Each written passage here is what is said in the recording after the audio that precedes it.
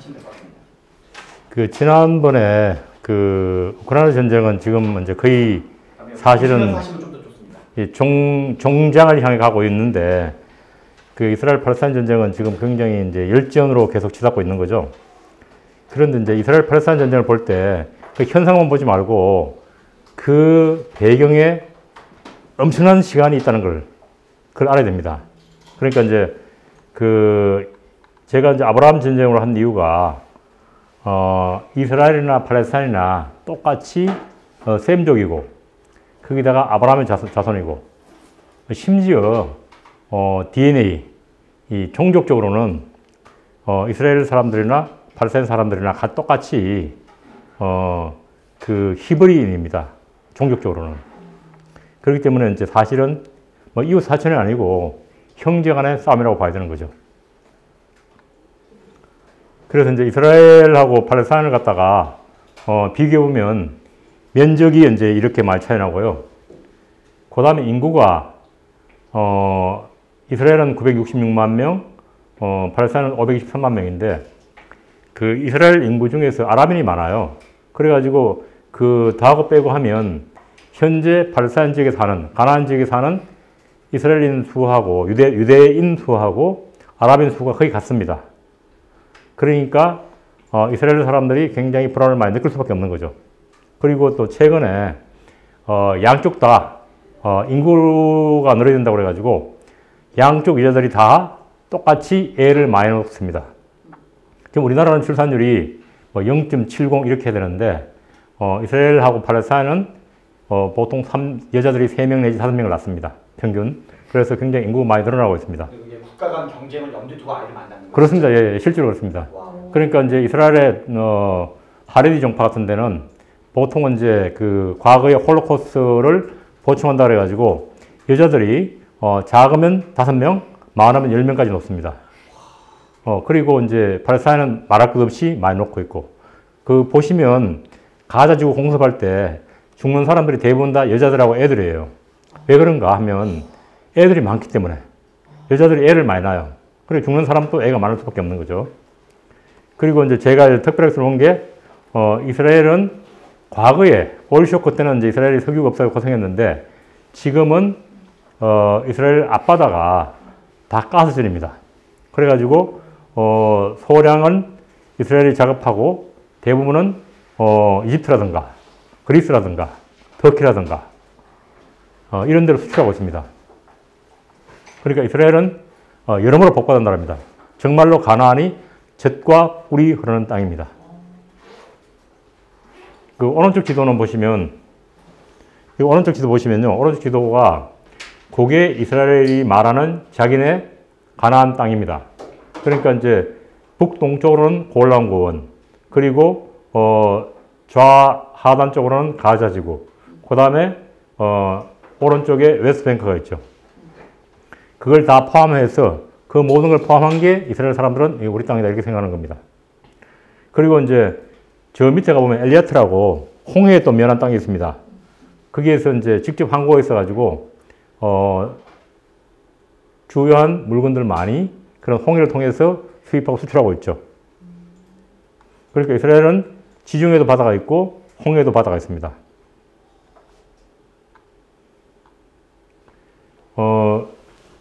유대인과 아람의 공통조상이 아브라함인데 그 우리 배울 때 인종 배울 때 그렇게 배웠죠. 뭐 유럽인, 뭐 셈족, 햄족 이렇게 배웠죠. 셈족은 그러니까 유대인하고 아랍인이 셈족이고 이 셈족, 햄족하고 그 다음에 페르시아인들은 인도 이란인 그러죠. 인도 이란인. 그러니까 이란을 자꾸 아랍이라고 하는 사람들이 있는데 이란은 아랍이 아닙니다. 그래서 이제 이 셈족들이 원주지가 지금 이라크의 유프라테스, 티그리스 강유역, 메소포타미아라는 소리는 삼각형의 땅이라는 소리입니다. 그래서 거기서 그 겨울에 살다가 성경에 따르면 하나님의 부름을 받고 북상해가지고 지금의 터키 동남부로 들어갔다가 거기 하란이라고 그러죠. 하란으로 갔다가 그럼 우르파로 갔다가 그 다음에 가나안으로 들어가는 겁니다. 가나안으로 들어갔다가 거기가 이제 흉년이 져가지고 이집트로 이동했다가 다시 건배가죠. 그래 거기서 이제 틀을 잡고 사는 게 아브라함인데, 아브라함이 어느 날 그 하나님한테 부름을 받습니다. 적정자인 이삭을 갖다가 제물로 바쳐라. 그래서 이삭을 모리아산으로 데려가가지고 죽이려고 그러는데 하나님이 나타나가지고 그렇게 하지 말아라. 하나님의 사자가 나타나죠.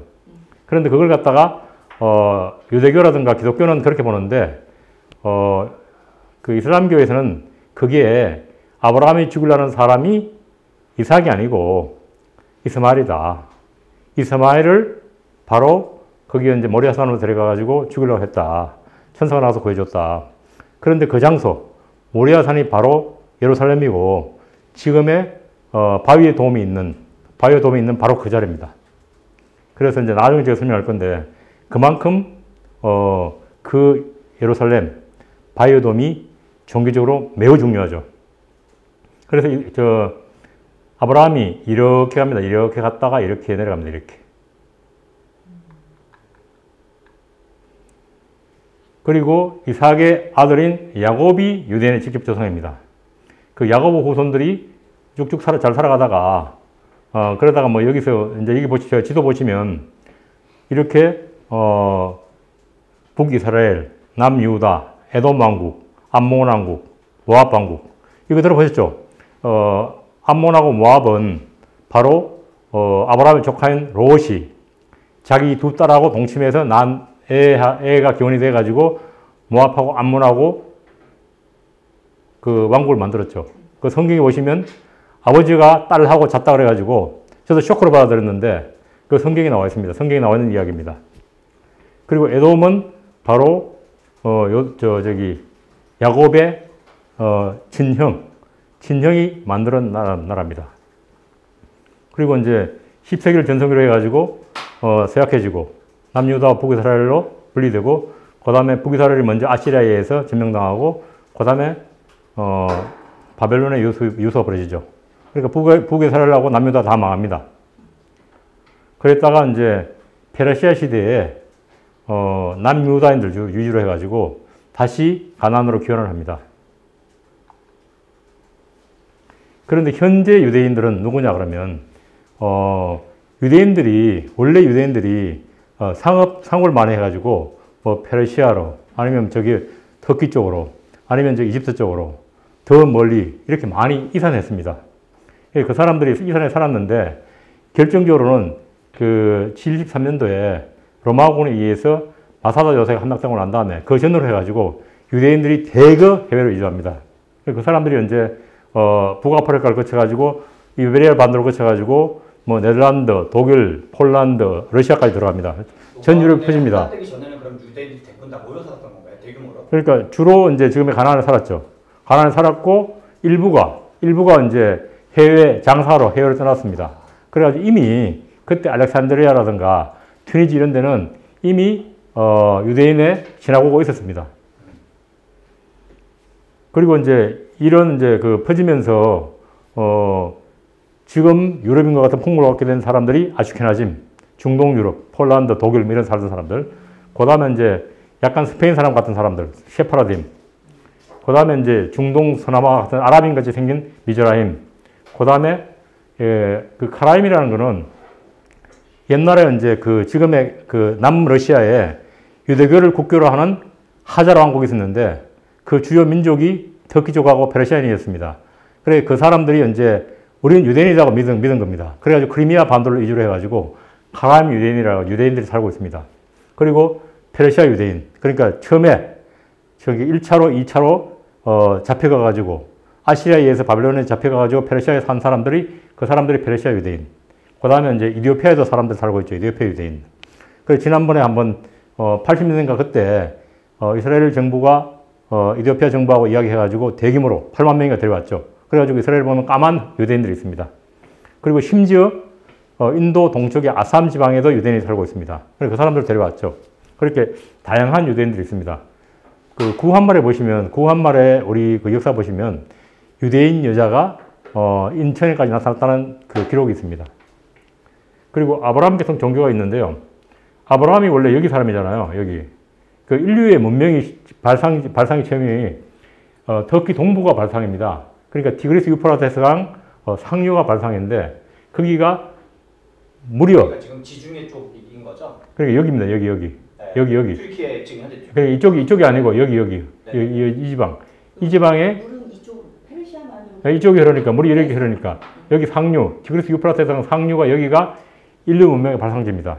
그러니까 가장 먼저 여기가 발상을 해가지고 여기에서 종교가 생겼죠. 그 조라스교 잘 아시지만 조라스교가 생겼고 그 다음에 뭐 유대교, 뭐 이슬람교, 기독교 이렇게 쭉 생겼는데 이런 종교들이 되게 많은데요. 뭐 드루즈교, 만다야교, 야지도교, 만다야교가 생겼던 같은 것들이 옛날에 그러니까 과거 옛날 유대인들이 믿던 종교입니다. 그 야지도교는 사탄이 타락했다가 다시 올라왔다. 그 사람을 믿는 게 야지도교고요. 그래서 지난번에 IS가 굉장히 활동했을 때 이 사람들 많이 잡아 죽였습니다. 야지도인들. 그리고 바하이인들. 그런데 아랍인들은 이제 그 자기들이 이스마엘의 후손이라고 그러는데 아랍인들은 이스마엘이 적자다, 얼짱자 아니다고 주장을 합니다.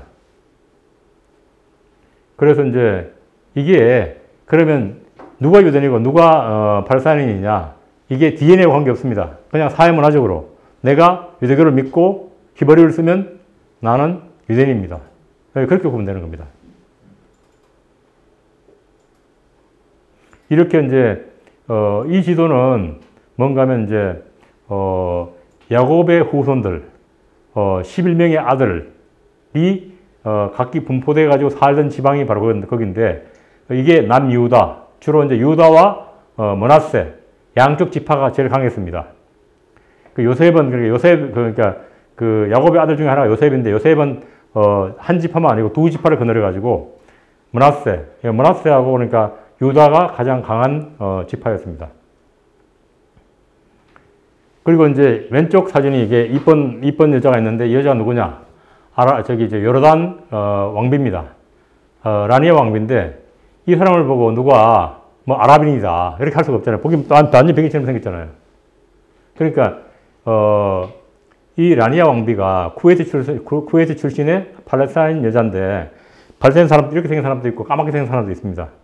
그러니까 이스라엘 사람들하고 팔레스타인 사람들은 기본적으로 별로 구분이 안 된다는 겁니다. 왜냐하면 이 지방에 가나안 지방에 유대 왕국이 망하고 난 다음에 뭐 그리스인, 로마인, 뭐 페르시아인, 티르크인, 서유럽인 막 들어가지고 섞여가지고 누구가 사실은 누구가 누구인지 모른다는 겁니다.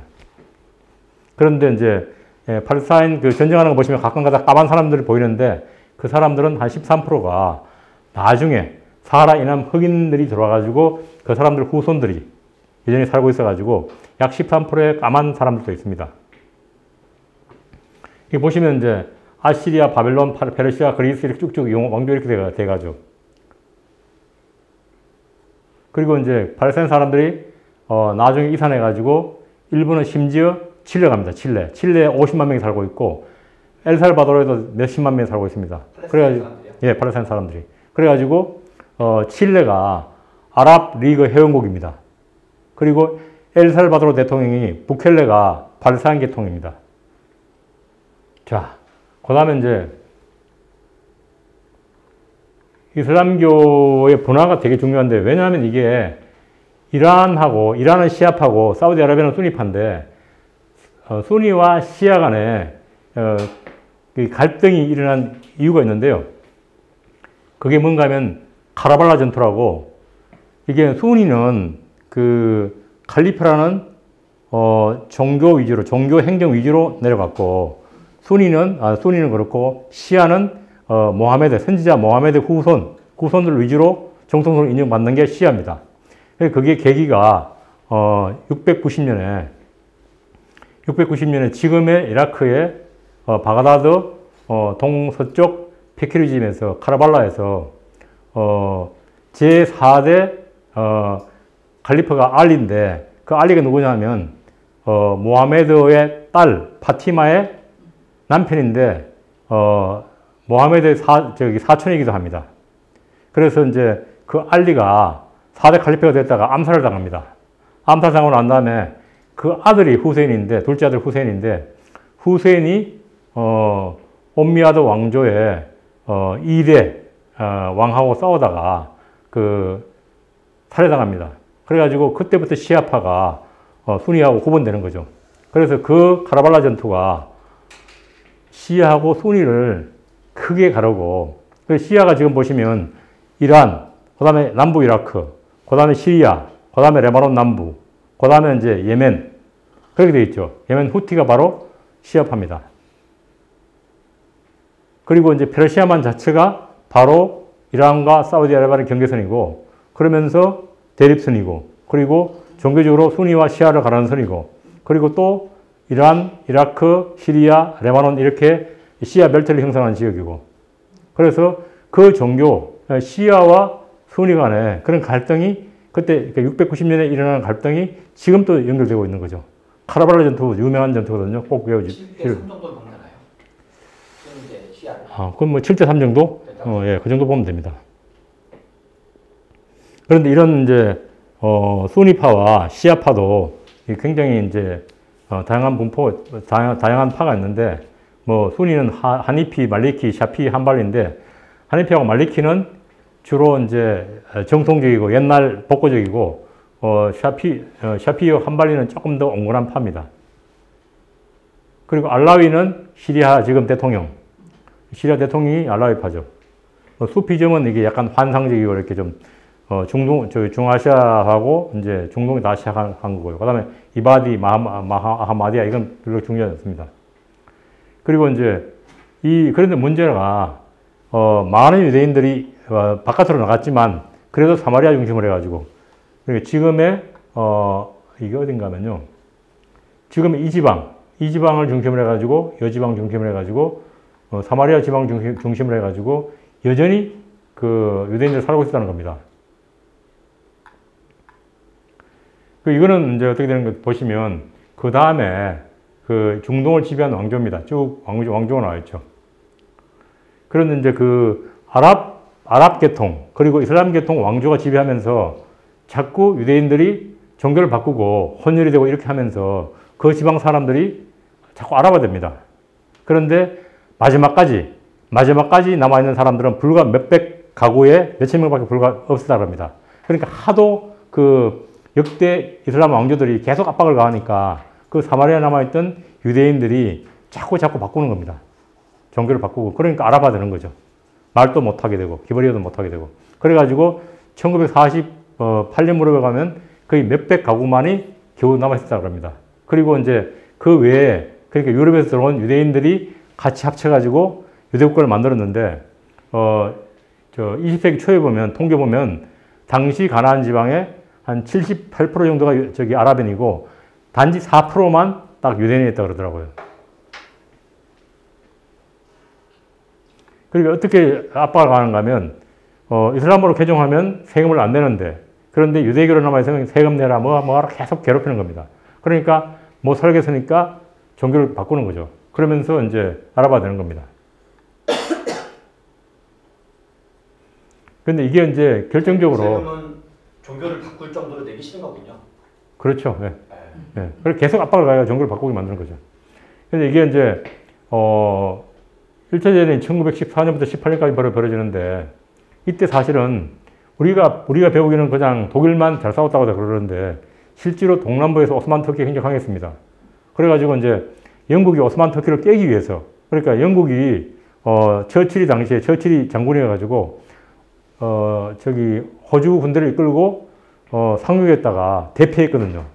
그러니까 이제 어떻게 하면, 터키를 갖다 깰까? 그러니까 후방에서 교란 작전 하는 겁니다. 후방 교란 작전 하는데 아랍인들을 부추겨가지고 반란을 일으키게 만드는 거죠.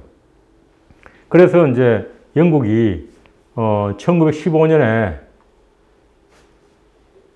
맥만선언을 통해 가지고 너희들 오스만 터키에 대해서 대항해서 반란을 일으키면 도와주겠다. 그리고 나중에 아랍 국가 세우게 해주겠다 약속을 합니다.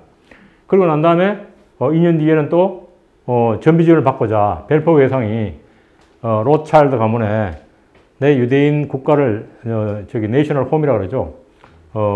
그 유대인 국가를 만들게 해줄 테니까 우리 좀 도와주세요.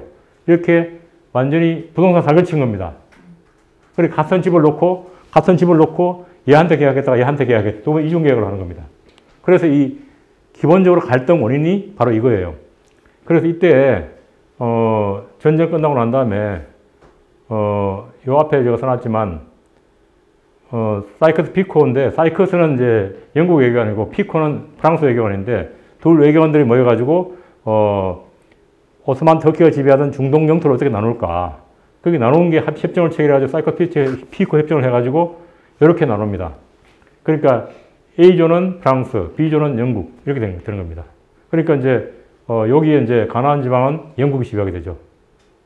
영국이 이제 위임 통치를 해가지고 한 30년간 지배하는데, 그러면서, 거의, 이제 뭐, 이렇게, 영국이 유대인에 유리하게 정책을 하는 겁니다. 이때, 그러니까 이때 시오니즘 운동하고 맞물려가지고, 많은 유럽계 유대인들이, 이때 가나안으로 귀국을 하게 됩니다.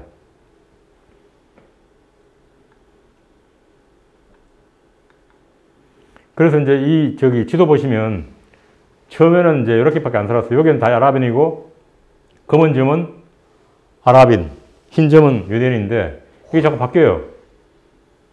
바뀌어 가가지고 지금 이렇게 돼 있어요. 오른쪽에.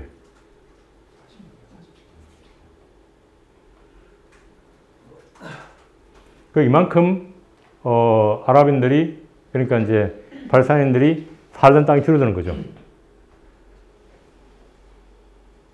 이거는 사실은 이제, 한번 읽어보면 되는데, 그냥 크게 뭐 할 거 없이 이렇게 한번 읽어보십시오. 쭉 읽어보시면, 어떻게 됐다. 전쟁이 이제 4번 벌어졌죠. 그동안에. 4번 벌어졌고, 지금은 사실 5차 전쟁이랑 마찬가지인데, 이렇게 이제 그 1948년도에 이스라엘이 세워지고, 건국되고 난 다음에, 그 다음에 이제 전쟁이 벌어져가지고, 이집트라든가 시리아나 요르단 이런 나라들이 다 레바논 이런 나라들이 유대인들을 공격해요. 그런데 이스라엘이 잘 준비하고 있어가지고 이 나라들을 다 물리치고 압도적으로 승리해버립니다. 그러니까 그리고 난 다음에 팔레스타인 사람들을 다 추방해버려요. 당시 인구가 70만이 있는데 70만이 다 추방당해가지고 그 나카바라고 그래가지고 나카바라고 대재앙이라고 그러죠. 추방되겠습니다. 그리고 이스라엘은 1949년도에 유엔 총회에서 원회원국으로 가입합니다. 정통성을 갖게 되는 거죠. 이때 이제 보시면 이제 이때 막 추방당하는 그런 그 장면이 나옵니다. 주변 국가들로 다 도망가죠. 이렇게. 그 다음에 이제 2차 중동전쟁에서, 또 하나 중요한 게, 여기 이제 수에즈 운하가 있지 않습니까? 수에즈 운하가. 여기 수에즈 운하가 있는데, 여기 수에즈 운하입니다. 수에즈 운하. 수에즈 운하에 관할 건을 놓고, 원래 이게 이제 프랑스 레셉스가 만들었잖아요. 영국 자본으로. 만들어가지고 관리해 왔는데, 이집트가 독립하고 나니까, 우리가 관리해야 되겠다. 그러니까, 이집트와 프랑스가 이스라엘을 꼬셔가지고, 여기 공격하게 만듭니다. 그러니까 이스라엘 군들이 들어가가지고 시나이 반도를 다 점령해버립니다. 그런데 이때, 미국하고 소련이 압력을 넣어가지고, 영국하고 프랑스가 철수합니다. 그러면서, 이제 이스라엘도 철수하게 되죠. 그리고 이제 1967 6월 달에 6.1 전쟁 벌어지는데, 여기 보시면, 지도 보시면, 여기 이제 그 웨스트뱅크하고 텔아비브 사이가 거리가 불과 15km, 20km밖에 안 됩니다. 예를 들면, 우리나라가 휴전선하고 서울 성북구와 거리가 15km밖에 안 되면 얼마나 위협을 느끼겠습니까? 그래가지고, 이스라엘이 안 되겠다. 뭐, 골란고원, 웨스트뱅크, 뭐, 다 점령해버려야 되겠다. 이 전쟁을 성공을 해버립니다. 그래가지고 다 점령해버려요. 이때 전쟁사 보시면 되게 재밌는 게, 이스라엘, 이집트의 나사렛 대통령 밑에 참모총장이 있는데, 그 친구가 전쟁 계속 치고 있는데도 계속 이기고 있다고 거짓말을 했어요. 이미 그러니까 이스라엘 군대가 들어와가지고 공중 폭격을 해가지고 이집트 항공대가 전멸했는데 계속 우리가 이기고 있다고 거짓말하고 그러는 바람에 더 패했습니다. 더 패하고 결국은 이제 골란 고원, 웨스트뱅크, 서예루살렘, 시나이 반도 다 뺏겼죠. 그런데 이게 1973년도에 이집트가 굉장히 이제 노력을 해가지고 다시 한번 이제 먼저 성공을 해가지고 전쟁을 해가지고 이제 이스라엘 군을 밀어붙이는데 특히 시리아 군도 참전했다고 했거든요. 그래가지고 시리아 군대가 골란군을 뺏고 그 다음에 요르단강 상류까지 접근했는데 그런데 이게 시리아 군대가 소련식 그 전술을 갖고 있어가지고 그 소련식 전술은 항상 그렇게 한답니다. 어느 지역까지 점령을 하고 나면 그때는 상부에 보고하고 어떻게 할까요? 물어보고 난 다음에 진격을 한답니다. 그러니까 그 사이에 이스라엘군이 전열을 재정비해가지고 시리아군을 무찌르고 다시 골란군을 밀어붙였다는 거죠.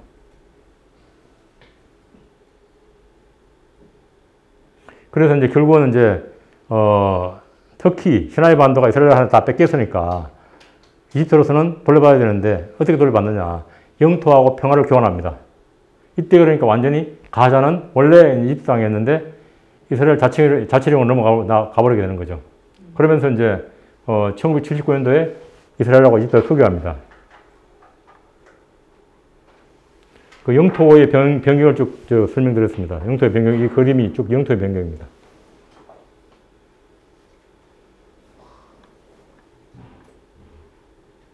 그 다음에 중요한 게 오슬로 평화협정인데, 피에로 지도자 아라파트하고 당시 이스라엘 총리인 라빈하고 먼저 협상을 해가지고, 이스라엘 영토 내에서 팔레스타인들의 자치를 허용합니다. 그리고 팔레스타인들은 이스라엘의 존재를 허용해주고, 그렇게 했는데, 결국은 이제 이 협정 체결 때문에 라빈 총리가 암살당합니다. 그 다음에 이제 예루살렘이 어떤 데인가. 예루살렘이 면적이 불과 서울만 하죠. 딱 서울만 하고 인구가 121만 명인데, 지금은 현재는 이스라엘이 그 예루살렘 전체를 점령하고 있습니다. 단지, 발사는, 쿠드스라고 불리는 조그만 지역, 동쪽의 조그만 지역만 점령하고 있습니다. 그래서 이제 지금 현재 이러한 혁명 소비대 이름이 쿠드스입니다. 쿠드스 군단. 그리고 구시가지, 이렇게 네모 반듯한 구시가지 있지 않습니까? 요 지역. 요 지역은 지금, 유대교 지역, 이슬람교 지역, 기독교 지역, 아르메니아 정교 지역, 이렇게 4개로 나눠져 있습니다. 원래 모로코 지역도 있다가 모로코 지역은 없어졌고요. 예루살렘이 이렇게 생겼습니다. 이렇게 생겼고, 요게 시내입니다. 요게 보이는 게 요게 시내가 한중간입니다. 요게. 여기에 모든 종교 시설이 다 있습니다. 넘겨보죠. 이게 바로 이제 멀리 보이는 게 바위돔이고요. 요 앞에 있는 성전이 알-아크사 성전. 요번에 이제 하마스가 공격 이름을 내걸은 게 알-아크사 홍수작전. 이렇게 했죠. 그래서 요게 이제 그 알-아크사 성전의 서쪽 벽이 바로 통곡의 벽입니다. 유대인들 쪽 있죠. 갇혔을 때 찍었던 사진이에요? 예? 그냥 다운받은 거예요? 예. 제가 이제 이렇게 사진, 개별 찍은 것도 있고, 이렇게 한 것도 있고, 다운받은 것도 있습니다. 요게 바위돔인데, 바위돔이 혹시 교회 나오는 사람들은 알 겁니다. 지성소가 언약궤를 모셔놓은 지역, 그 바위.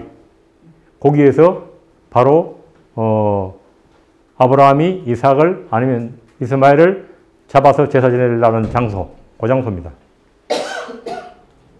그래서 이제, 이슬람 교도들한테 여기 이제 예루살렘이 메카와 메디나에 이은 제3의 성지입니다. 여기에서, 마호메드가 성친했다고 합니다.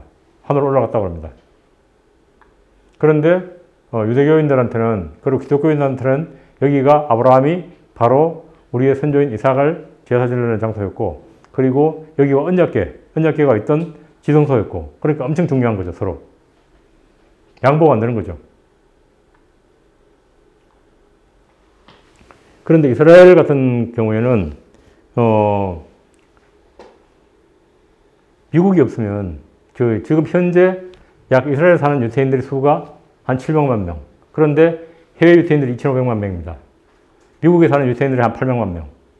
그 사람들이, 지난번 통계도 보지만, 미국 유대인 수가 약 2.4%, 전 인구의 2.4%인데, 지금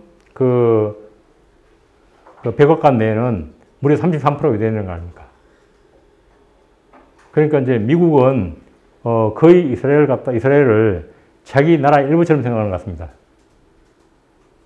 그러니까 전쟁 벌어지면 전력을 다 도와주죠. 요번에도 이제 그 항공모함 2척을 파견해가지고, 만약에 이스라엘 건드린 나라에서 우리가 공격해주겠다 해가지고, 이스라엘이 가자를 맘대로 공격할 수 있도록 만들어놨죠. 이두냉정부의 유대교 직원이 33%나 되는 거는 그냥 우연인 건가요? 뭔가요? 우연이기도 하지만, 그러니까 그만큼 유대인들 간의 네트워크가 끈끈하다는 거죠. 그러니까, 민주당 정부가 됐건, 트럼프가 됐든 바이든이 됐든 간에. 그렇죠. 약 30% 정도는 어디 가나 항상 유대인들이 있다는 겁니다. 그리고 영화산업, 금융산업, 그리고 IT산업 다 유대인들이 잡고 있잖아요. 아, 그러니까 메인 주요 산업들이 항상 이제 그렇죠. 예. 포진되어 있다 이런. 예. 그리고 만약에 이제 어느 이제 미국인이 대통령 욕해야 되는데 유태인들 욕하면 잘린다는 거 아닙니까? 아, 그만큼 유태인들이 강해가지고 만약에 이제 반유대적인 대통령 후보가 나오면 금융가에서 돈을 당장 끌으니까 대통령 선거를 치를 수가 없는 거죠. 그러니까 반유대적인 대통령이라든가 반유대적인 국회의원은 나올 수가 없는 거죠. 거의 힘든 거죠. 그리고 이만큼 그러니까 금융적으로 뭐 군사적으로 그다음에 재정적으로 외교적으로 지원을 하고 있습니다. 그리고 이제 이게 이제 그 포괄적 공동행동계획 그래가지고 이란과 P5 플러스 독일 간에 협정을 체결했는데 이게 이스라엘이 계속 반대했습니다. 왜냐하면 선셋 조항이 있어가지고 일몰 조항이 있어가지고 이게 종료되고 난 다음에 나중에 이란이 핵무장할 수 있다고 판단을 해가지고 이스라엘이 반대했거든요. 그래가지고 지난 트럼프 정부 때 끊어줬습니다. 그걸 중단시켰습니다. 트럼프는 지난번에 트럼프 대통령 사회가 누구였죠? 유대인이었습니다. 그 지금의 바이든 대통령의 며느리 둘이 유대인입니다. 사위가 유대인이고 며느리가 유대인입니다. 그럼 어떻게 될까요? 유대인, 친유대인 정책 피하는 거죠. 그리고 이제 아브라함 협정 체결을 지원합니다. 미국이. 그래서 모로코하고 다시 복교하고 이집트 옛날에 체결했고 그 다음에 요르단 이제 옛날에 체결했고 UAE, 바레인, 수단 이렇게 저 아브라함 협정을 체결했죠.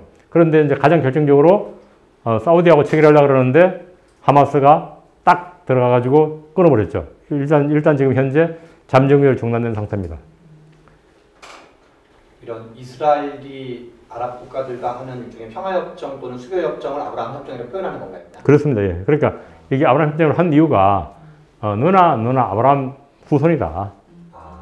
그러니까 이제 아랍인이나 유대인이나 아브라함의 후손이지 않느냐. 그러니까 아브라함 후손끼리 뭉쳐라.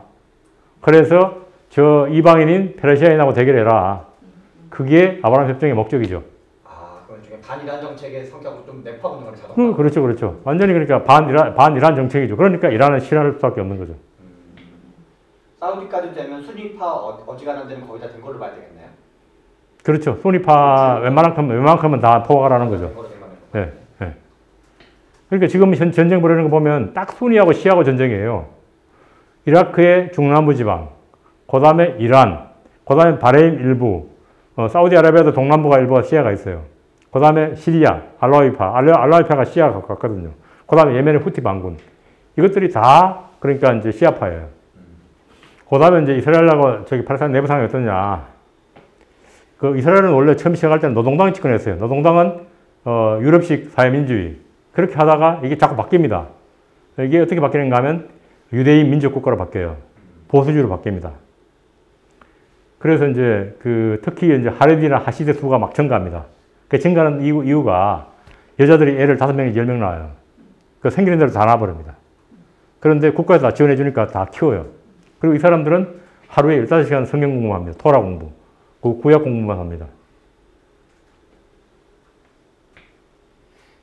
이게 굉장히 큰 문제가 되고 있답니다. 왜냐하면 이 사람들 국방도 거부하고 활동을 안 하려고 그러니까. 그냥 하루 종일 토라 공부하고 있고 애만 만들고 있어요, 남자들이. 그러니까 이렇게 되다 보니까. 예? 성경 같은 건가요? 그리고 토라가 이제 구약. 경전만 이런 거죠. 모세 오경 이런 거만 이런 거죠. 경전만 성경 공부 계속 하는 겁니다. 다른 거 아무것도 안 하고. 이스라엘 버전의 양반 집단이네요. 양반 떠나가지고 이제 완전히 그러니까 예, 종교적인 집단이죠. 종교적인 집단. 주작 공부하듯이. 이 사람들이 이제 현재 120석 의회에 무려 20석을 갖고 있습니다. 그러니까 굉장히 영향이 강하죠. 우리나라 300석인데 120석을 갖다 300석으로 하면 약 이제 2배, 6배, 7배 되지 않습니까? 그러면 이 6배 곱하면 약 우리나라 국회 60석 정도가 이 하레디 같은 사람들이 갖고 있으면 이 사람들이 힘이 셀 수밖에 없지 않습니까? 정당은 이름이 뭐예요? 뭔 정당요? 이 정당이 보시면요. 시원주의당, 유대인의 집 이런 당입니다. 시원주의당, 유대인의 집. 이름 자체가 시원주의당과 유대인의 집. 이 사람들이 바로 하레디, 그런 종교 색채를 가지고 있는 시원주의당, 유대인 집 이런 당 정당들이 바로 이런 거부적인 민족주의, 유대인 민족주의 정당들입니다. 그래서 이제 이렇게 나라 자체가 성격이 바뀌고 있어요. 그러면서 이제 심지어 리쿠드당도 단독으로 집권을 못하고 있고 이런 극단적인 정당들하고 연합을 해가지고 지금 정부를 만들어놨거든요. 그래서 이제 리쿠드당하고 중도 정당이 농당은 지금 되게 약화되어 있고 예시 아티드라고 이 중도 정당이 사실 1, 2 정당이 되어 있고 이제 이 종교 정당들, 시온주의당, 유대인십 이런 정당들이 결국은 이제 정권의 향배를 좌우하는 겁니다. 그래서 이제 2010년 이후에 우경화됐습니다. 그리고 이제 언론 자유가 지금 이스라엘 세계 86입니다. 그러니까 이제 엄청나게 많이 그런 유대인 민족주의 반대하는 언론들은 못 살아남게 돼 있는 거죠. 그리고 이제 이런 특히 사법부가 우리나라의 헌재 같은 역할을 했는데 이걸 물어가시는 거죠.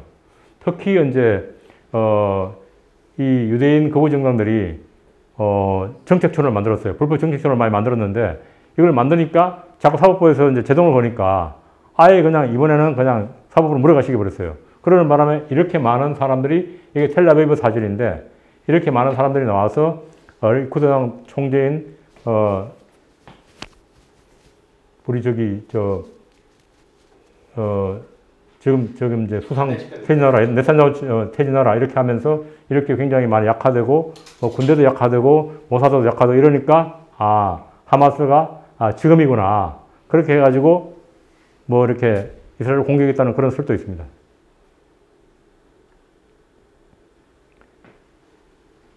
그리고 이제 이게 웨스트뱅크가 지금의 중간중간에 있는 게 이제 유대인들 정책촌인데요. 이 작은 땅에 또 유대인들이 사니까 그러니까 이제 보시면 이 좁은 땅에 불과 서울의 10배 되는 면적에 그런데 인구가 500만 넘게 살잖아요. 그리고 유대인들이 들어와 살아요. 그러면서 애는 많이 낳고 그리고 직업은 없고 그러니까 가자나 웨스트뱅크나 엄청나게 갈등이 시작되는 거예요. 만약 좁은 땅에 사람을 많이 몰아놓고 직업 없고 그러면 정말 살기 힘들잖아요. 그러니까 유대인들도 그렇지만 특히 팔레스타인들은 불만이 엄청나게 높아지는 겁니다. 그리고 2판 4판이 되는 거죠, 사람들이.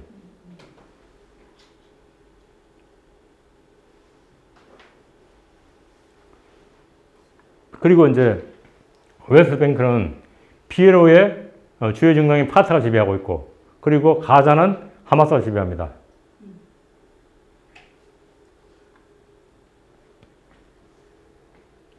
(2006년도에) 이제 내전 벌어져가지고 가자에서 파타 정부를 몰아냅니다. 그리고 나서 이제 하마스가 가자를 통치하죠.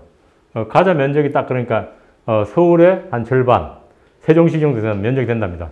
그런데 인구가 무려 238만 명입니다. 그러니까 팍짝팍짝 끓는 거죠. 직원 없고 50% 실업자 있고. 절반인데 238만 명이요? 예, 서울보다는 작죠. 서울보다 물론 작은데 그런데 이게 고립돼 가지고 그러니까 가자라는 데가 전체를 갖다가 다 이스라엘이 장벽을 세워놨 7m짜리 장벽을 세워놨어요. 그리고 바닷가로도 한 200m가 들어가가지고 바다로도 통제해놓고 그 다음에 공중을 다 이스라엘이 통제하고 있고 거기다가 바다도 일정 면적은 팔레스타인인들이 활동을 못하게 만들어놨어요.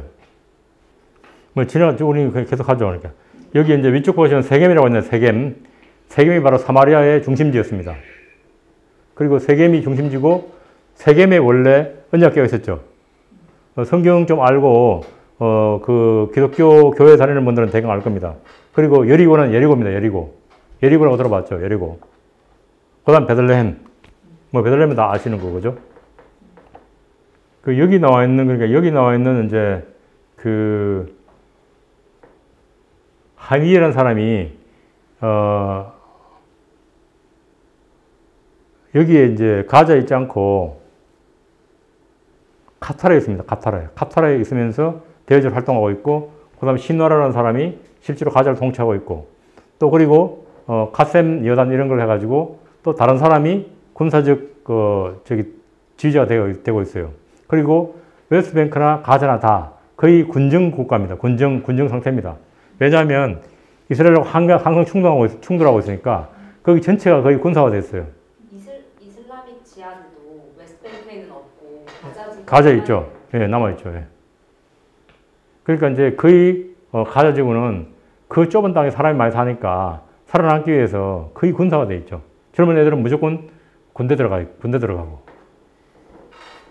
그러니까 이제 문제가 이게 가자가 물과 전기와 이런 것들이 다 이스라엘에서 가는 거예요. 물과 전기가 이스라엘에서 가요. 그리고 주로 먹는 거 이런 거 다 해외 원조로 먹고 살아요. 그런데 이제 중동을 좀 보시면 그 페르시아만을 경계로 해가지고 이란과 사우디아라비아 그리고 이란과 이라크 남부 시리아, 레바논 남부 이렇게 해가지고 시아 벨트. 그다음 뒤에 여기 또 예멘이 있죠. 이렇게 결국은 이제 이란과 사우디아라비아가 대립하는 구도고 거기다가 유대인 국가 이스라엘이 끼어 있는 거죠. 그러니까 지금은 이제 미국이 바라는 거는 사우디아라비아 세력과 유대인 세력을 묶어가지고 그래가지고 이란과 대립시키면 세상이 평하니까 그렇게 하고 있는데 그거를 깨기 위해서 하마스가 지난번에 이제 이스라엘을 공격한 거죠. 그리고 이제 말씀드렸지만 굉장히 출산율이 높기 때문에 애들하고 여자들이 많을 수밖에 없죠. 그리고 전쟁 원인도 하마스가 든 거는 그겁니다. 너희들이 알아카스 사원을 갖다가 공격을 했다. 두 번째로 너희들이 왜 자꾸 불법 정책쇼를 만들었냐. 그걸 이유로 들었는데 실제로는 이 두 가지 이유. 이란 사주설 독자 행동설. 이거 보시면 어떻게 이렇게 되었느냐. 이란이 직접적으로 사주 안 했더라도 분명히 배후에서 작용을 했다고 보이는 거죠.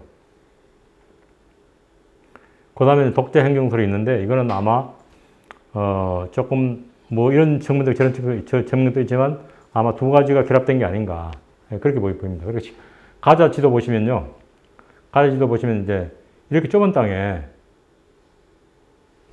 이렇게 많은 사람들이 모여 살고 있죠. 그래서 이제 우리 지도에 많이 봤을 겁니다. 가자 시티, 그 다음에 이제 여기 칸 유니스, 그 다음에 라파 이렇게 많이 들어봤을 겁니다.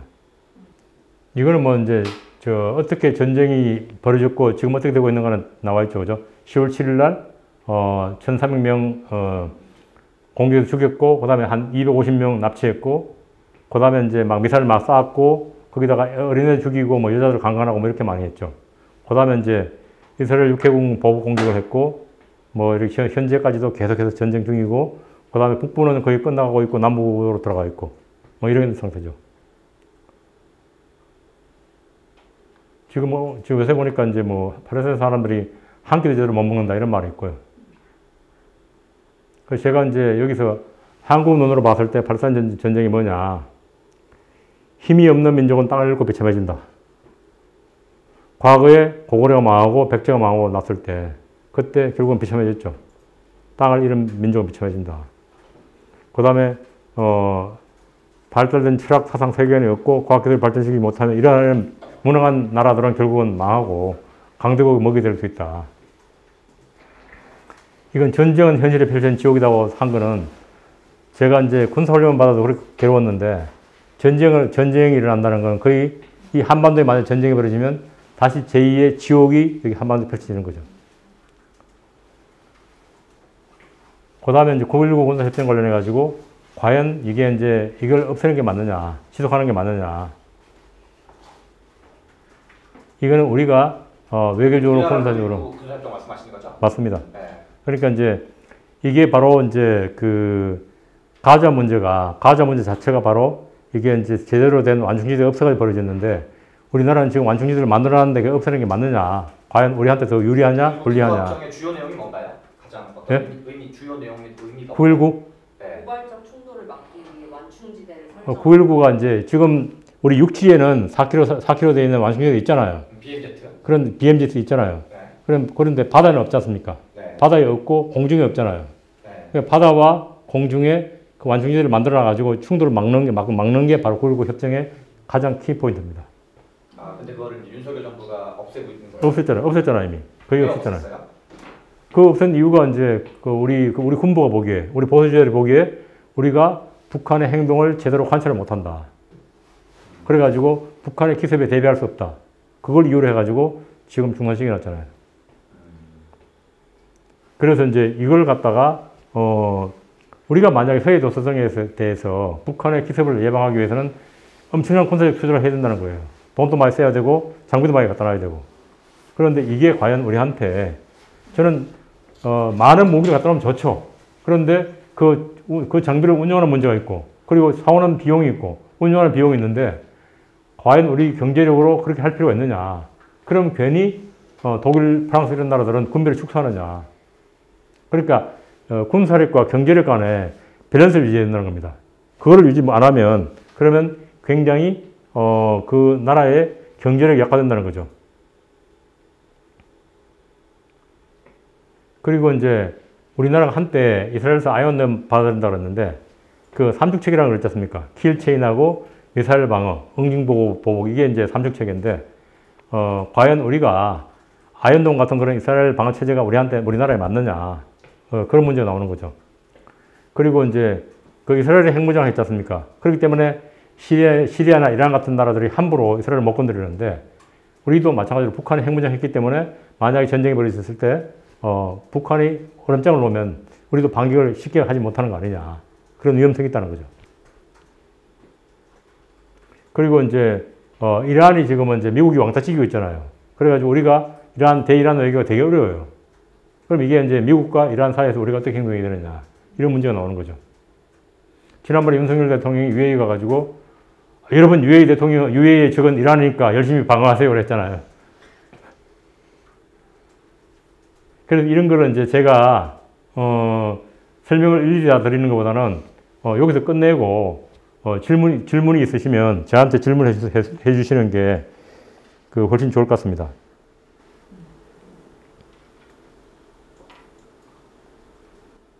그리고 이제 이제 또 제가 추가할 거는 하마스라는 게요. 이집트에서 나온 이슬람 형제단의 일종의 가짜 지부입니다. 그러니까 이슬람 형제단은 우리가 그러니까 옛날에 영국 통치령 시절에 왜 우리 이슬람인들이 서부 유럽의 영국인들의 지배를 받느냐. 그래가지고 이슬람의 자각운동이 바로 이어진 게 바로 이슬람 형제단 운동이었고 그 이슬람 형제단이 발전해가지고 나중에는 뭐 이제 정변도 하고 그랬는데 그 형제단의 지부가 바로 가자고요. 가자에 있는 지부가 바로 하마스입니다. 그리고 이제 이슬람 형제단은 나중에 한때 이집트의 정권을 잡았죠. 지금은 이제 LCC 정권의 직전에 이슬람 형제단이 잠깐 정권 잡았다가 군사 쿠데타로 인해 가지고 정권을 내놨습니다. 그래서 이제 여기까지 하시고 질문해 주시면 제가 성실히 답변을 드리겠습니다. 제일 중요한 게 우선 중동에 뭐 정세를 쭉 설명하시고 그다음에 이제 사우디아라비아가 그러면 왜 자꾸 이렇게 이스라엘을 접근하느냐. 사우디아라비아는 말 그대로 수니파가 집권하고 있고 왕정이잖아요. 그리고 이제 이란은 시아파고 그리고 이제 공화정이고. 그러니까 사우디가 보기에는 제일의 적은 이스라엘 아니고 이란입니다.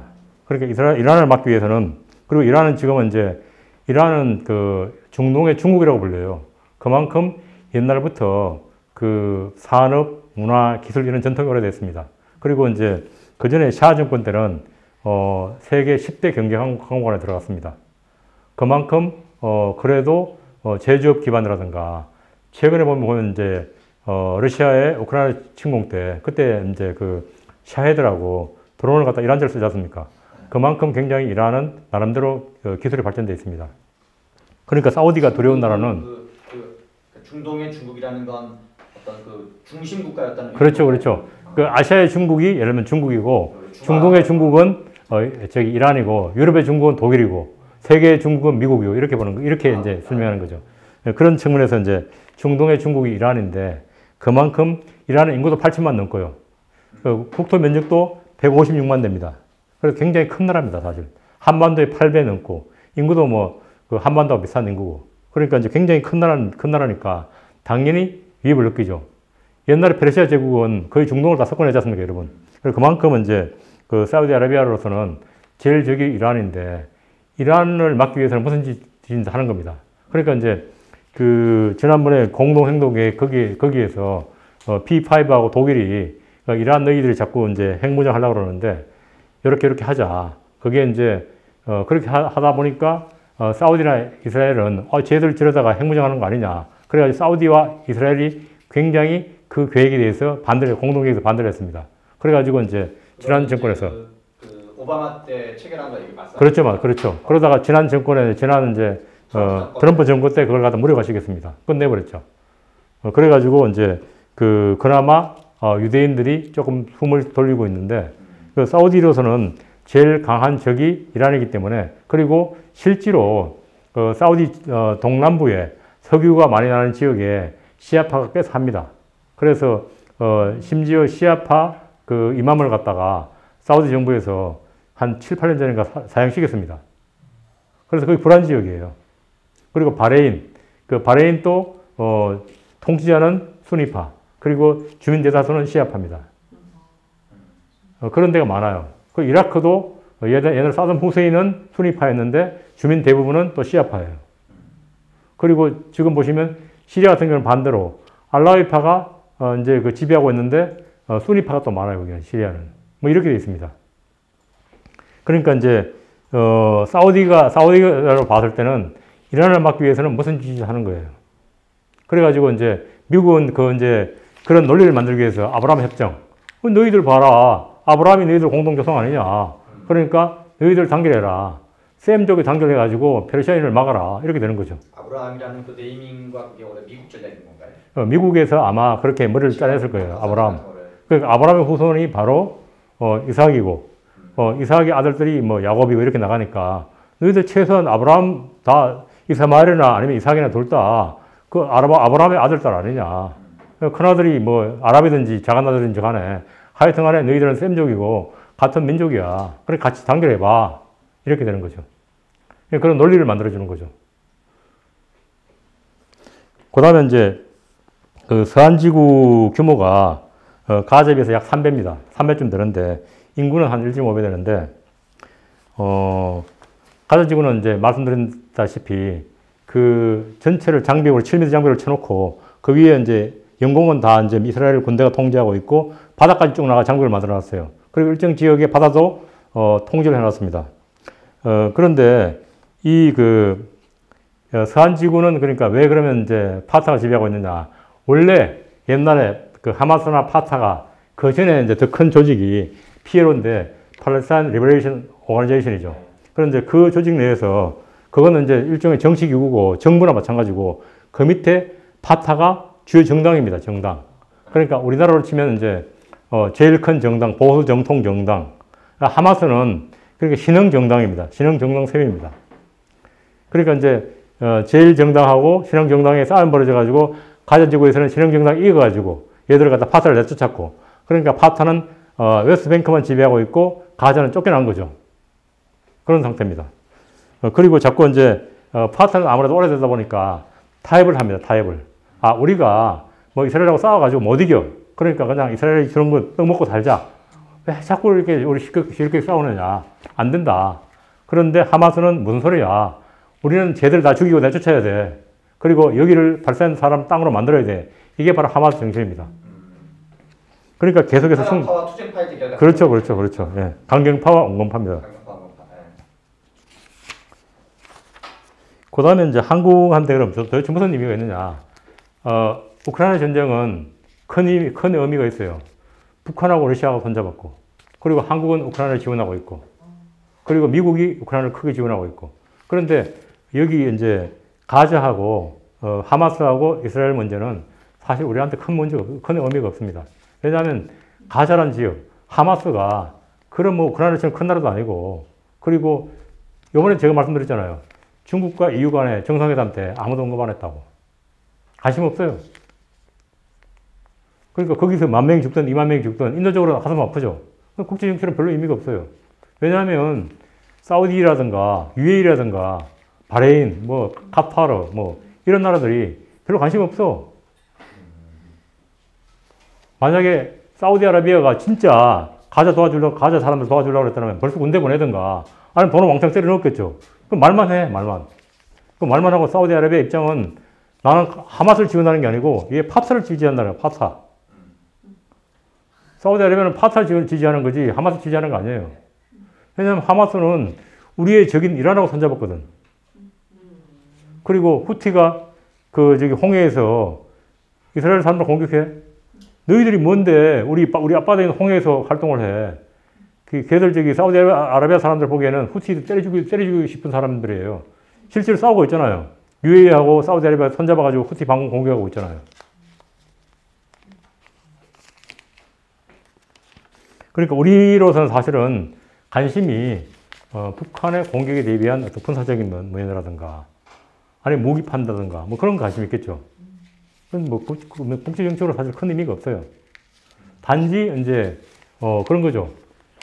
우리 진보 세력들은 저 불쌍한 저 팔레스타인 사람들이 많이 공격받아 죽는다. 참 가슴 아프다. 지지해야 되겠다. 그런데 우리 기독교 교회 중심으로 해가지고 그래도 우리 유대인 지지해야지. 이스라엘 태극기 들고 이스라엘 국기하고 태극기 들고 나가야지. 이렇게 보는 거죠. 그런데 그 사람들이 뭐 실제로 팔레스타인 지원해가지고 내가 이제 실제로 군대 지원해가지고 내가 가자로 가야 되겠다 이런 사람 없잖아요. 아니면 내가 이스라엘 지원 지지해가지고 내가 유대인 돼가지고 돈 들고 가야 되겠다 이런 사람 없지 않습니까? 사실 별로 관심 없는 거죠. 그리고 이제 그럼 이 전쟁이 어떻게 종료될까? 아마 미국이 겉으로는 대의명분을 위해서 너 심하지 않느냐? 세계 여론도 안 좋으니까 그만해라 그러는데 아마 겉으로는 모르고 속으로는 이렇게 할 거예요. 그러니까 하든 말든 그러니까 유엔에서는 그만해라 이제 인도적으로 너무 하지 않느냐 이렇게 말하지만 실제로 정치인 만나가지고는 적당히 좀 눈 감아서 적당히 해라 이렇게 할 거예요. 그리고 아마 거의 제 생각에는 이스라엘이 거의 하마스를 괴멸시키는 단계까지 갈 겁니다. 그리고 아마 괴멸시키고 난 다음에 군사적으로 점령해가지고 더 이상 제기 못하도록 그렇게 밟아놓을 거예요. 그전에는 그랬지 않습니까? 그전에는 벌초 작전으로 했는데 지금은 아마 뿌리까지 뽑으려고 그럴 거예요. 너무 당했으니까. 왜냐하면 1,300명이 죽었고 수도 없이 많은 애기들, 여자들 강간 나가고 애기들 죽고 납치당하고 개망신이잖아요.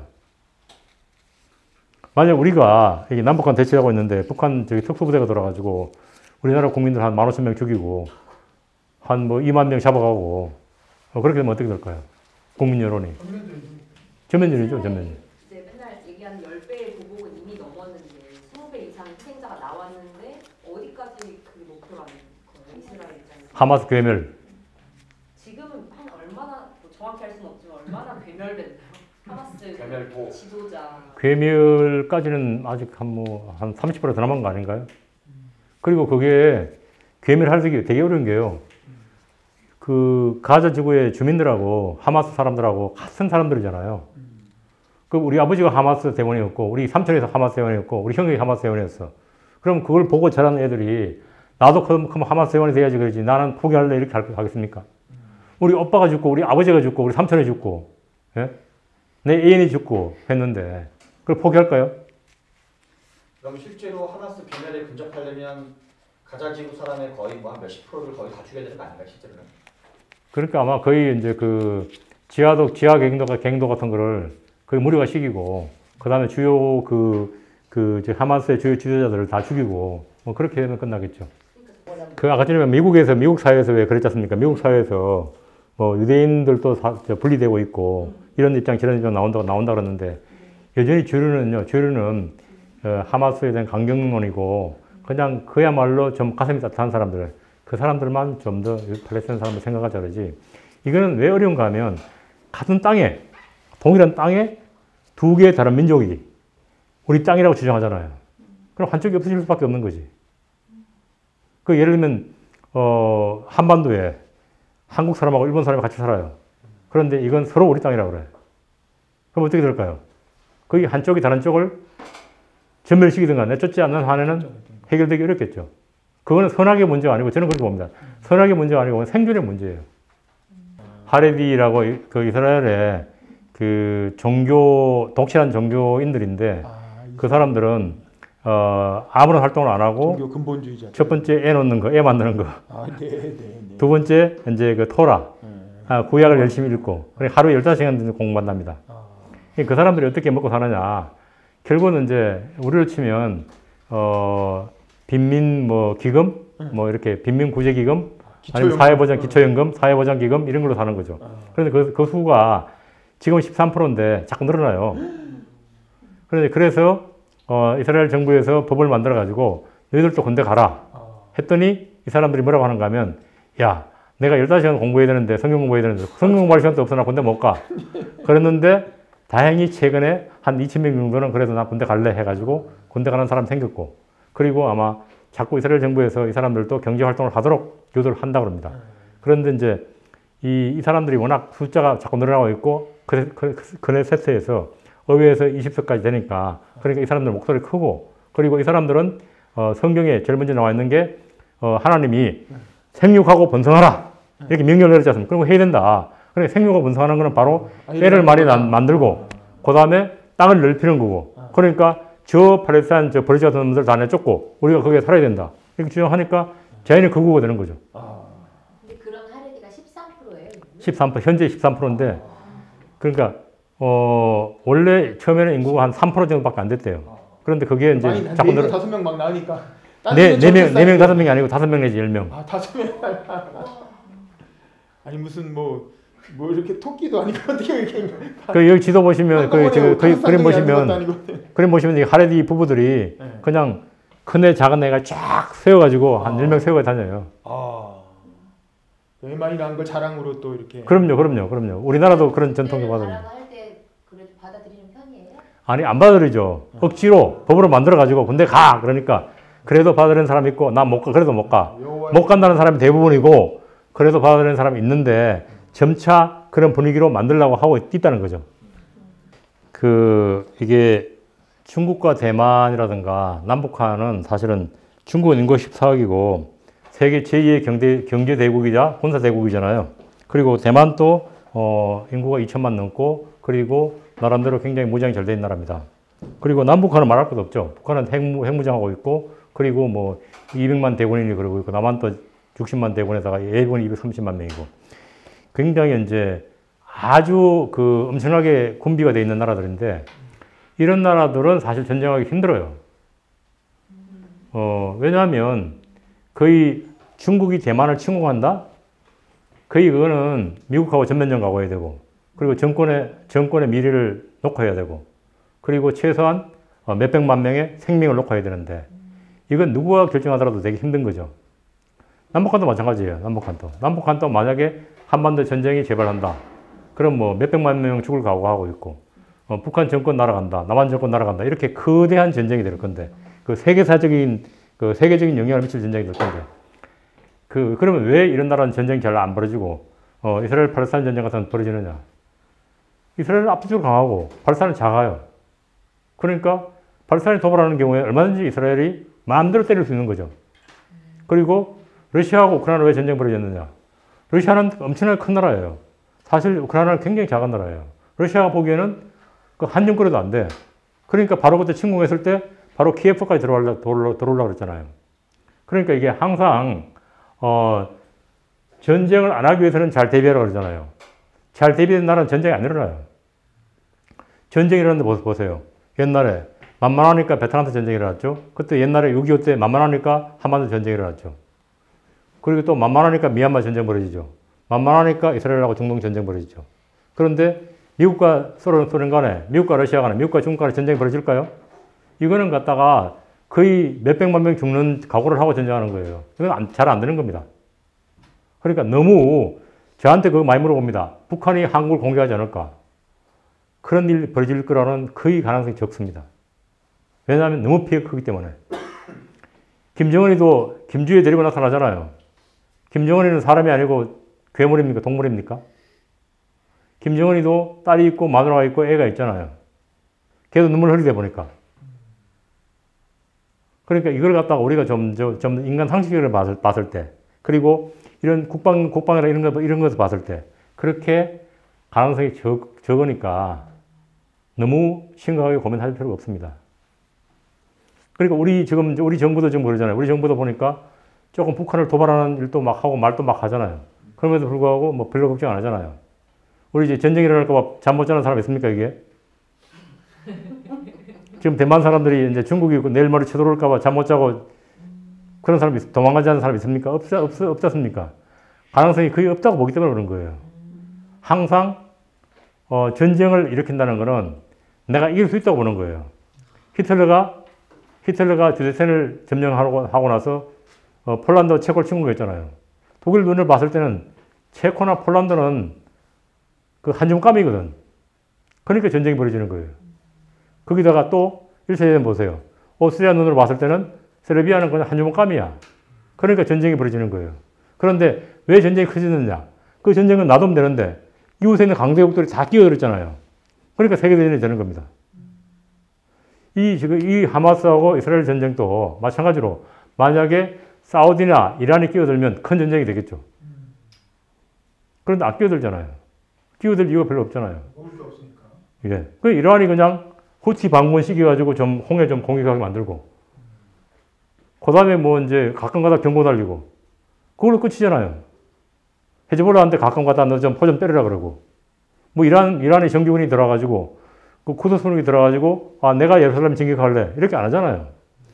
옛날에 그러니까 후세인이 내가 예루살렘 입성하겠다고 그래가지고 된통 맞아가지고 지금 죽었잖아요. 그러니까, 그, 부시 정권 때 제2차 이라크 전쟁을 일으킨 가장 큰 이유 중에 하나가 바로 미국에 있는 유대인들이 후세인 이제 죽이십시오 한 거거든요. 그러니까 우리가 굉장히 이제 많이 생각이 드는 게 미국의 유태인들 입장, 미국의 유태인 자본의 입장, 그걸 많이 생각이 됩니다.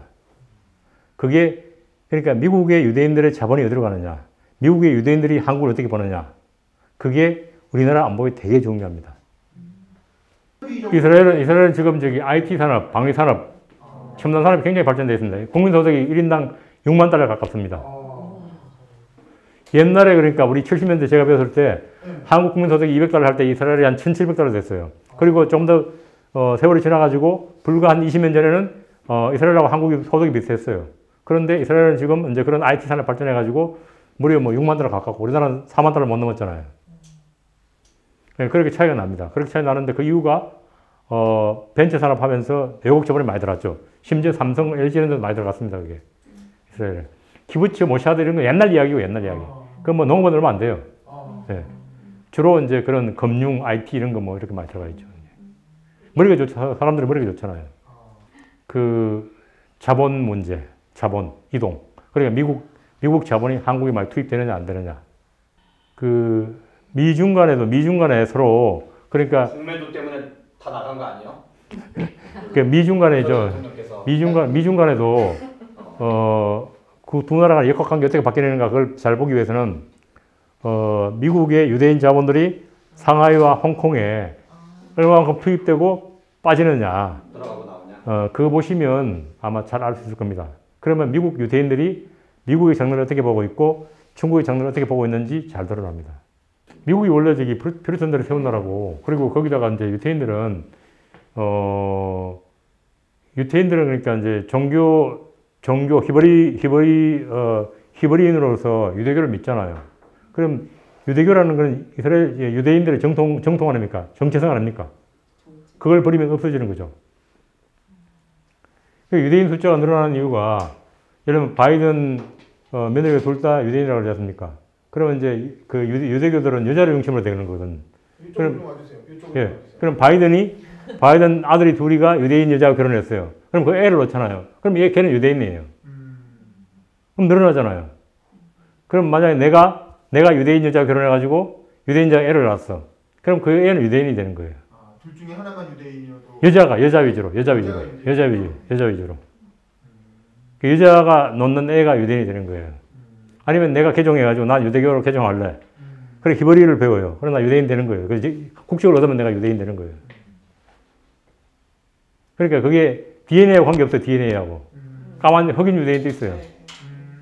그게 왜 유대교를 갖다가 우리나라 이제 이스라엘 기독교도들이 유대교를 갖다가 굉장히 생각을 많이 하느냐 하면 성경에 보면 아브라함, 이삭, 야곱 뭐 이렇게 쭉 와가지고 예수가 이어지고 예수가 유대인뿐만 아니고 모든 이방인들을 다 내 형제로 만들었다. 나도 그러니까 나도 종교적인 유대인이 됐다고 생각하잖아요. 종교적인 유대인. 그러니까 이슬람보다는 훨씬 더 유대교에 더 친감을 느끼고 거기다가 또 유대교 주류 세력이 이스라엘하고 미국에 있는 유대인들이잖아요. 그러니까 미국을 좋아하는 사람이 많지 않습니까? 그러면 아랍 사람을 좋아하겠습니까? 이슬람을 좋아하겠습니까? 유대인을 좋아하겠습니까? 당연히 유대인 좋아하는 거죠. 그리고 이게 이제 과거에는 노동당하고 리쿠드당이 온건 진보하고 온건 보수가 굉장히 균형을 이루고 있었어요. 그런데 이제 그 온건 진보가 다 없어져 버리고 거의 그리고 이제 다 이게 다 유대교 그 민족주의 정당이 돼 버리니까 자꾸 우유가 되는 거죠. 우경화 되는 거죠. 그러니까 이제 그 웨스트뱅크에다가 자꾸 이제 정책권을 만들면서 정책권을 만들면 결국은 어떻게 되는가 하면 그 주민들하고 싸움 벌이잖아요. 싸움 벌어지면 그 주민들을 어떻게 하든가 내쫓거나 죽이거나 뭐 해야 될 거 아니에요. 그럼 그 사람들 결사적으로 저항하게 되고 거기다가 또 이제 인구는 애를 많이 나가요. 인구는 자꾸 늘어나고 있고 직장은 없고 그럼 어떻게 돼요? 그럼 악에 맞추는 거잖아요, 사람들이. 그럼 점점 더 갈등이 고조되는 거잖아요.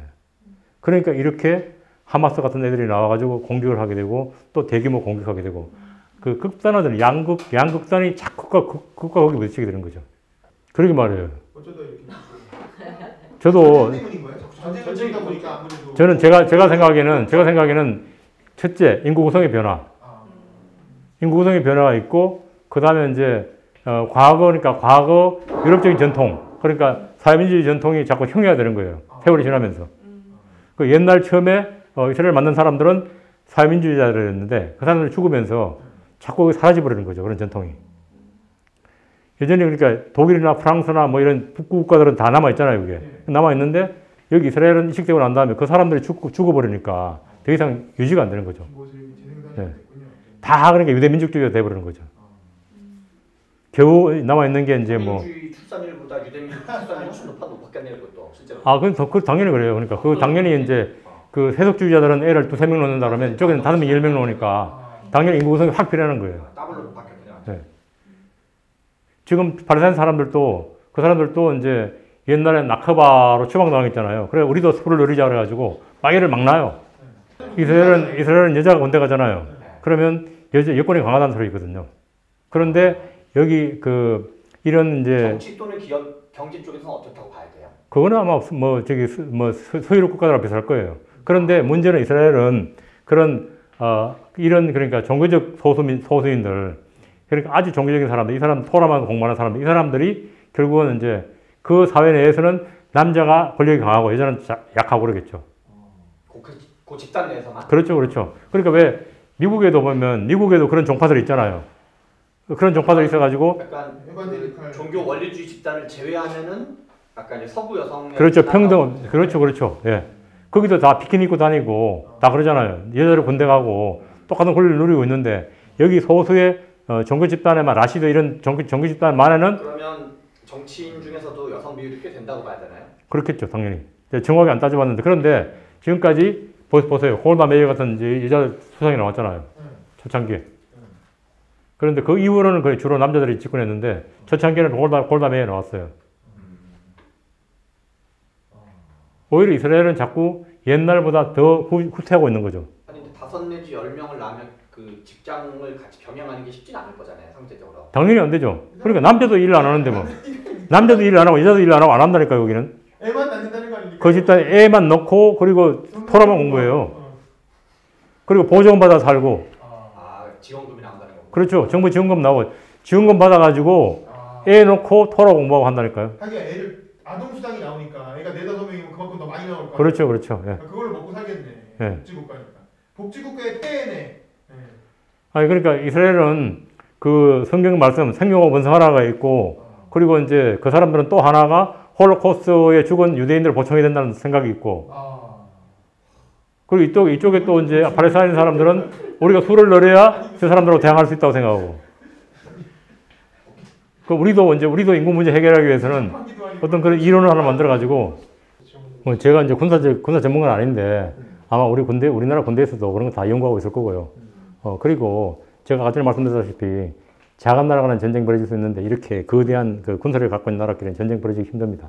그런데 단지 그 지역 분쟁, 그러니까 이제 소수의 소규모의 스커머시라는 게 이제 전투단인데 그런 이제 서해안이라든가 DMZ 내부에 그럴 때 몇 군데 이렇게 그런 건 충돌을 벌일 수 있다고 봅니다.